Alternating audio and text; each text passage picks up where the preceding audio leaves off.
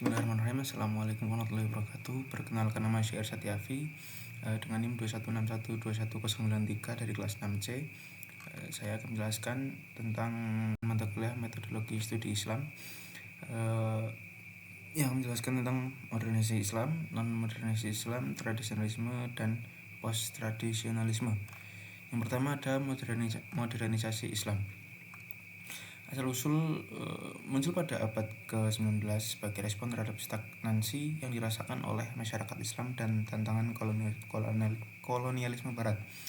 Ada pun beberapa tokoh-tokoh kunci, yaitu ada Jamal ad-Din al-Afghani, Muhammad Abduh, dan Syir Syed Ahmad Han. Gagasan inti dari modernisasi Islam yaitu menganjurkan penafsiran ulang sejarah Islam agar selaras dengan nilai-nilai modern seperti rasionalisme, ilmu pengetahuan, pendidikan. Ini menekankan kesesuaian Islam dengan modernisasi dan kemajuan. Adapun penerapannya di bidang pendidikan yaitu Universitas Muslim Al-Hirah di India didirikan untuk memadukan pendidikan ilmiah modern dengan nilai-nilai Islam, dan juga dukungan terhadap sistem pendidikan modern di samping pendidikan agama tradisional. Kemudian penerapannya ada pada reformasi sosial seperti reformasi Muhammad Abduh di Mesir yang bertujuan untuk memodernisasi sistem pendidikan dan mempromosikan hak-hak perempuan. Adapun contoh modernisasi Islam dalam kehidupan yaitu menghadirkan bank-bank Islam, bank syariah yang terlibat dalam praktik keuangan modern, lalu mengadvokasikan hak-hak perempuan dan pendidikan tinggi untuk semua kalangan, menyeimbangkan prinsip-prinsip Islam dengan norma-norma kesetaraan gender kontemporer. Kemudian yang kedua ada non-modernisasi Islam. Non-modernisasi Islam berkembang pada abad ke-20 sebagai respon terhadap modernisme dan tradisionalisme. Tokoh-tokohnya yaitu Nurhalis Majid yang dari Indonesia, Abdullah Ahmad An-Naim dari Sudan. Gagasan inti dari neomodernisasi Islam adalah mencari jalan tengah antara tradisionalisme yang ketat dan modernisme yang langsung, menekankan penafsiran Islam yang kontekstual dan pluralistik, mempromosikan nilai-nilai demokrasi, hak asasi manusia, dan dialog antar agama. Adapun penerapannya, pluralisme mempromosikan pemahaman koeksistensi antar agama. Nurhalis Majid mengadvokasikan Pancasila Indonesia, sebuah ideologi negara yang merangkul pluralisme agama. Kemudian demokrasi dan hak asasi manusia.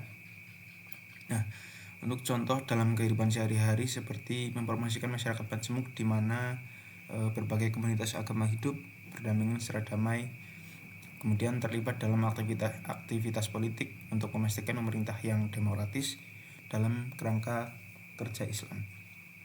Kemudian yang ketiga ada tradisionalisme. Tradisionalisme ini berasal yang berakar kuat pada penafsiran sejarah dan praktik Islam. Tokoh-tokohnya itu ada cendekiawan dari sekolah-sekolah Islam tradisional madrasah seperti Al-Azhar di Mesir atau gerakan Deobandi di Asia Selatan. Gagasannya ini menekankan kepatuhan pada interpretasi klasik hukum Islam syariah dan teologi, menempatkan penekanan kuat pada pelestarian dan kelanjutan praktik-praktik keagamaan dan tradisi keilmuan yang sudah mapan. Praktik keagamaan, adapun praktik-praktiknya itu praktik keagamaan, kepatuhan yang ketat terhadap ritual tradisional, aturan berpakaian, dan hukum-hukum makanan di sana. Misalnya mengikuti madhab Hanafi dalam doa dan jurisprudensi sehari-hari. Dalam bidang pendidikan, dalam pendidikan Islam tradisional daripada pendidikan sekuler. Hal ini terlihat dari maraknya sendiri madrasah di negara seperti Pakistan dan India. Kemudian contoh dari tradisionalisme dalam kehidupan sehari-hari seperti berpartisipasi dalam festival dan ritual keagamaan serta secara ketat sesuai dengan praktik tradisional, lalu lebih memilih pendidikan madrasah daripada pendidikan sekolah negeri untuk anak-anak. Yang keempat ada post-tradisionalisme.